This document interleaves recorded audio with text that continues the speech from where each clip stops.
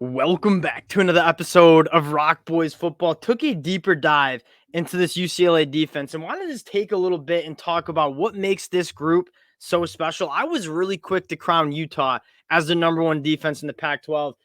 What UCLA has done the last couple weeks has been extremely impressive. Watch the film, looked at some of the numbers, and you really start to appreciate how good this unit is. And again, Dante Moore and Chip Kelly, they get a lot of attention from the national media, but you look on the other side of the ball. And this unit is the best I've seen under Chip Kelly in his tenure at UCLA by a landslide.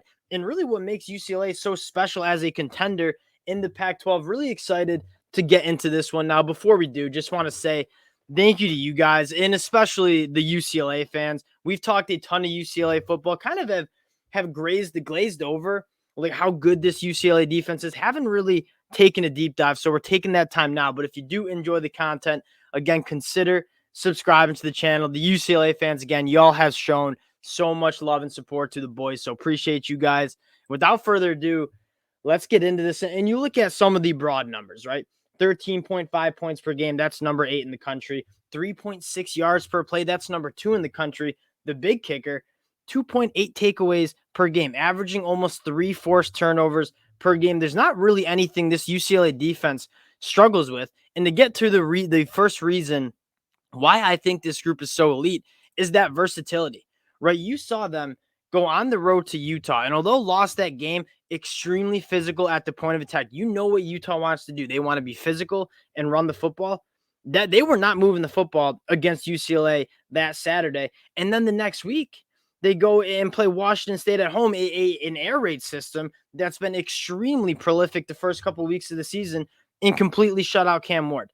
And that's really rare when you look at defenses that can excel both up front, stopping the run, and against the pass. That's exactly what you saw this UCLA defense do. Now, looking into the run first, and again, the rarity and the word I use, versatile, is they're really good. If you want to run the ball on them, they can stop you at the point of attack and kind of slow down the rushing attack. And if you want to throw, like the secondary has been elite this year. So the versatility is really where I think this UCLA defense is special. Looking against the run, I mean, 1.7 yards per carry, that's number 1 in the country. If I told someone that UCLA has the number 1 rushing defense in the country through the first half of the season, you see a lot of puzzled looks on their face, but you look at the personnel, it's elite.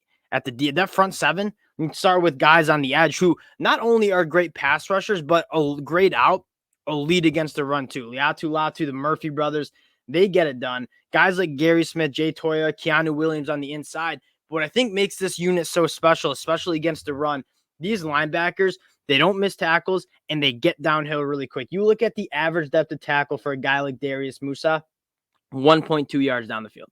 And this guy is living at the line of scrimmage. And you look at the missed tackles, I mean, 5.6%. That's an elite number for a linebacker. Madrano, pretty much of the same. I mean, 2.5 yards average depth of tackle, 5.6% missed tackles. You got a really good defensive line that can handle itself at the point of attack, keeping those linebackers clean, and you have linebackers that fire downhill and don't miss tackles. And that is a really good recipe for having an elite run defense. And then were you concerned about, is UCLA's secondary a little vulnerable to someone spreading them out and throwing the football around the yard like Washington State? What do they do to Cam Ward, who I said is a Heisman candidate heading into that game? They completely shut down the passing attack of the Washington State Cougars, who, again, I think that offense is good, and I haven't really changed after they got kind of whooped by UCLA. That's still a really good passing attack. UCLA's defense, really just that good.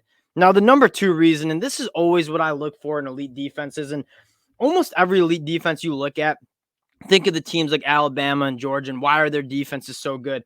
The pass rush is elite. UCLA, I mean, one of the best units in the country in terms of getting after the passer. 9.2% sack rate. That's top 20 in the country. I don't even think that explains how good this defensive line is in terms of getting after the passer, forcing passers off their spot, and being disruptive in the pocket. You look at some of the higher numbers, right? The film speaks for itself. Like the Murphy brothers, Latu, those guys get off.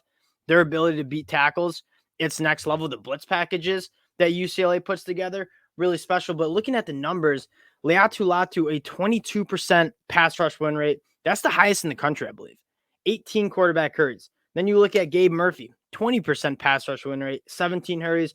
Grayson Murphy lagging behind with only 16%, which is still an elite grade of pass rush, 14 quarterback hurries. You have a trio of edge rushers who are extremely productive. They cause a lot of havoc and definitely takes a little stress off the back end, which is good, and we'll get to. But even more than just the three edge rushers, you got big bodies on the inside that, although they're in there to kind of hold up the point of attack, stop the run, guys like Gary Smith, they can get after the passer too and push some pockets. And when you have so much speed coming off the edge and you got some big bodies pushing pockets, like there's not a lot of clean looks for the quarterback in the pocket. And what else they do really well, they send those linebackers again. Darius Musa, 17% pass rush win rate. He's accounted for 8 quarterback hurries. Medrano, much of the same. Not only does UCLA have the ability to get after it with their front four, they send blitzes. They disguise their blitzes on the film extremely well. That's another story of why this group is so good. And then the back end. I mean, we spent a lot of time talking about the front seven.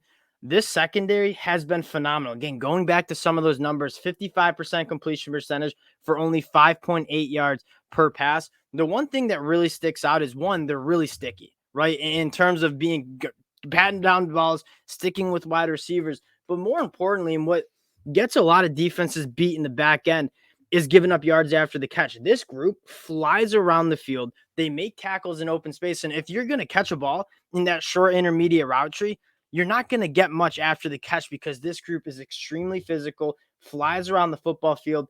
Digging into some of those numbers here, and Alex Johnson, 14 targets, only's given up 5 catches for 30 yards. Jalen Davies, he's faced 25 targets, but's only given up 12 catches. I mean, they got some elite cornerbacks in the back end, safeties that come up and tackle. When you combine the ability to stop the run, and you kind of look at this recipe here, right? We're going to win on first and second down, stopping the run, force you to be in those third and long situations, get one of the best pass rush units going after the quarterback with an elite secondary behind it. Like, that's the recipe to have this top 10 defense that we're seeing from UCLA. And what I note is this isn't like a schedule number. Like Utah, I get their offense struggles, but you just face one of the best offenses in the country in Washington State. Pretty much shut them out. I think they had 215 total yards. You look at Coastal Carolina, they got an elite quarterback with Grayson McCall. Weren't able to get much against UCLA. This unit, the numbers reflect not only a really good group, but it's a group that's been tested with some good offenses, and that's what you're most excited about. Now, I got a bunch of notes here on all these players, and I want to go to the last reason, and that's the intangibles. And that's something that you watch the film and you say, hey, this is a group that's flying around the football field, making tackles, creating negative plays. Good. Now, are you good on the money downs? That's what UCLA really excels at, right? 33% for the opposing offense, third down conversions. That's top 25 in the country. They're getting off the field on third downs. That's a massive number you want to look at. How about on fourth downs? Are teams able to extend plays on fourth down? The money down, 20% fourth down conversion rate. That's number 3 in the country. Red zone, if you're able to get inside the 20 against this UCLA team, teams are only scoring 54% of the time. That is also number 3 in the country. So you combine a really, really good defense that performs elite on the money downs, third down, fourth down, red zone. I mean, that's what you're seeing with this UCLA team. And the last thing we said, we noted at the top, 2.8 turnovers per game. That's number 1 in the country. The intangibles are also there for UCLA. You look at this unit and say, how can offenses move the football on them? And again, going back to that first one, the versatility. You're going to see a team like Oregon State this weekend. They're going to try to run the football against UCLA. They've been elite running the football. You're going to see some offenses later on in the season that want to spread it out and throw the football. UCLA with that elite pass rush and a really good secondary has been it's been a no-fly zone pretty much for UCLA. You look at how teams want to move the football against UCLA, there's not much that UCLA is going to give you. And we haven't talked about the offense, but I expect that offense to continue to get better with Dante Moore getting more experience. You know, Chip Kelly's going to start dialing some stuff up that Dante Moore is really comfortable with. You look at this UCLA team, and again, a lot of the national media coverage going to Oregon, going to USC and Washington, Heisman Trophy candidates at the quarterback spot. Don't forget about this UCLA Bruins team. Elite defense, an offense that I think is going to continue to improve throughout the year.